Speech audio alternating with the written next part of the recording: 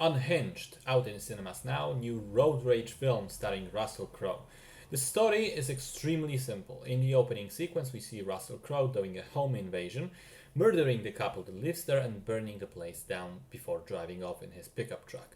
We then switch to the next morning and meet a young woman named Rachel. She's late for her appointment, she's also driving her son to school, and then she gets stuck in traffic, and then she runs into another driver that is just standing there on a green light. So she honks at him, she drives past, then he catches up to her, and it turns out it's Russell Crowe, who is pretty mad and also pretty insane. And then he begins to basically stalk Rachel and tries to ruin her day, which very quickly escalates because, reminder, this is a guy that murders people in cold blood. So first things first, because of how Russell Crowe looks like these days, massive belly, beard, perpetually angry look, I could not shake the feeling that I'm watching Walter from The Big Lebowski going batshit crazy.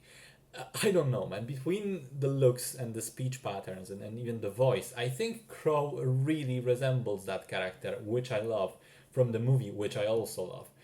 It's a shame then that Unhinged seems like a complete waste of time. The plot is almost skeletal, yet the movie attempts to make some half-hearted effort at giving a social commentary on mental illness, burnout, entitlement, lack of manners, and other stuff that's going on in America right now. But the way this attempt is made is so lackluster that I think it would have been better to just drop all pretense and just roll with the film being a simple slasher. Because, like a simple slasher, the characters are pretty much one dimensional, the protagonist makes stupid decisions all the time, the villain is pretty much an unstoppable force of nature and an agent of chaos rather than a regular person. There's a lot of gratuitous graphic violence, and some of the things that happen don't make a shred of sense from a logistics point of view. There are a few sequences that are properly tense, I'll admit that, and there is one scene in particular that takes place near the beginning of the film at the petrol station, which I actually loved because it was a rare moment where everyone involved acted in a relatively smart way, and yet that tension was successfully built.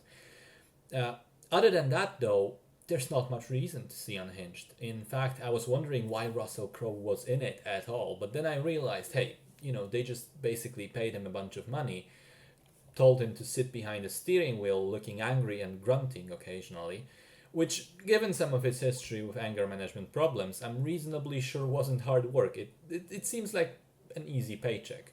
I also have to point out that the ending of the film is absolutely atrocious, particularly in terms of its tone. Given what just happened in the past 90 minutes, the final scene feels like something from another movie almost. And then credits roll, and a terrible, slowed down pop cover of Don't Fear the Ripper by Blue Oyster Cult starts playing, and that was more than enough to make me want to leave the theater even quicker, just go home and forget the whole thing, which I think will happen in less than a couple of days.